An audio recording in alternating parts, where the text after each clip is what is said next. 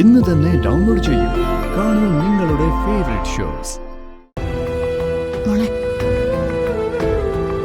ഹോസ്പിറ്റലിൽ വെച്ച് നീ എന്നോട് കുറച്ച് ചോദ്യങ്ങൾ ചോദിച്ചു. എങ്ങനെ നിനക്കത് ചോദിക്കാൻ പറ്റിയെന്ന് ആലോചിച്ചിട്ട് എനിക്കൊരു ഉത്തരം കിട്ടുന്നില്ല.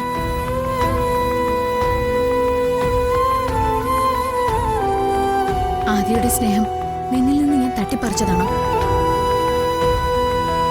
അവനെ നോക്കാൻ വേണ്ടി നിന്നോട് ഞാൻ മത്സരിച്ചതാണോ? ആണോ?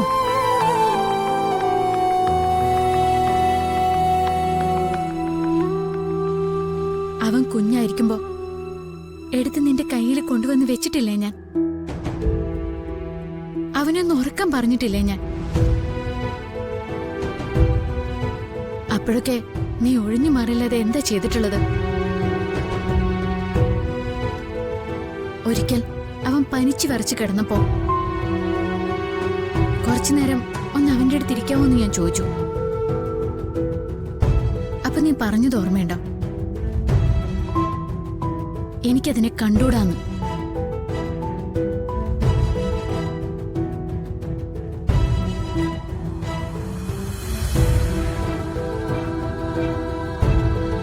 അച്ഛനും അമ്മയും കിടന്ന് ബഹളം ഉണ്ടാക്കുന്ന കണ്ടപ്പോ ഞാൻ അങ്ങനെ ചോദിച്ചു പോയതാ.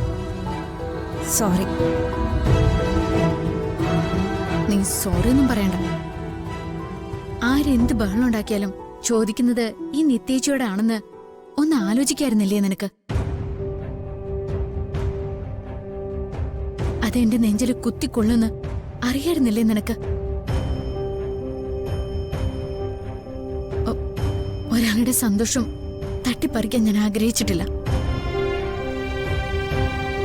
വിട്ടുകൊടുക്കാനേ നോക്കിയിട്ടുള്ളൂ. പക്ഷെ നിത്യേച്ചിയുടെ ജീവിതം ഇങ്ങനെയൊക്കെ ആയിപ്പോയി മോളെ.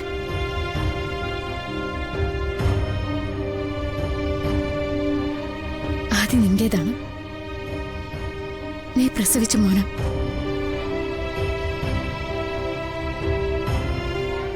അതിങ്ങനെ 1000 പ്രാവശ്യം പറഞ്ഞ് നിത്യേച്ചി മനസ്സിൽ പതിപ്പിച്ചിട്ടുണ്ട്. പക്ഷെ എന്നാലും ഈ ശീലം എന്നൊക്കെ പറയുന്ന ഒന്നുണ്ടല്ലോ. നിത്യേച്ചിയുടെ ശീലങ്ങളൊക്കെ അവന്റെ കൂടെയല്ലേ? അവനെ കുളിപ്പിച്ചൊരുക്കി അവന് ഭക്ഷണം കൊടുത്ത് അവന്റെ കൂടെ ഇരുന്ന് അവനെ കഥ പറഞ്ഞുറക്കി. അതല്ലാതെ ഒരു ദിവസം നിത്യേച്ചിയുടെ ജീവിതത്തിൽ കടന്നു പോയിട്ടുണ്ടോ?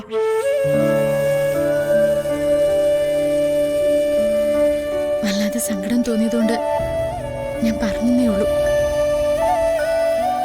നീ അതൊന്നും കാര്യാക്കണ്ട. ഇനിയെങ്കിലും നീ നിന്റെ ജീവിതത്തില് ഉത്തരവാദിത്തം കാണിച്ചാൽ മതി. ആദിയുടെയും മനുവിന്റെയും കാര്യങ്ങൾ നോക്കണം.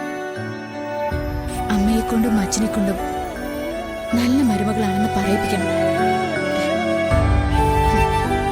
നിത്യേച്ചിയെ കുറിച്ച് ചിന്തിക്കൊന്നും വേണ്ട. എന്തിനാ വെറുതെ ഒരു ദുരന്തം ഇങ്ങനെ മനസ്സിൽ കൊണ്ട് നടക്കുന്നത്? നിത്യേച്ചിയുടെ ജീവിതം തകർത്തെറിഞ്ഞയാള് ഇപ്പൊ ഇത് കേട്ടറിഞ്ഞാലും സന്തോഷിക്കല്ലേ ചെയ്യൂ.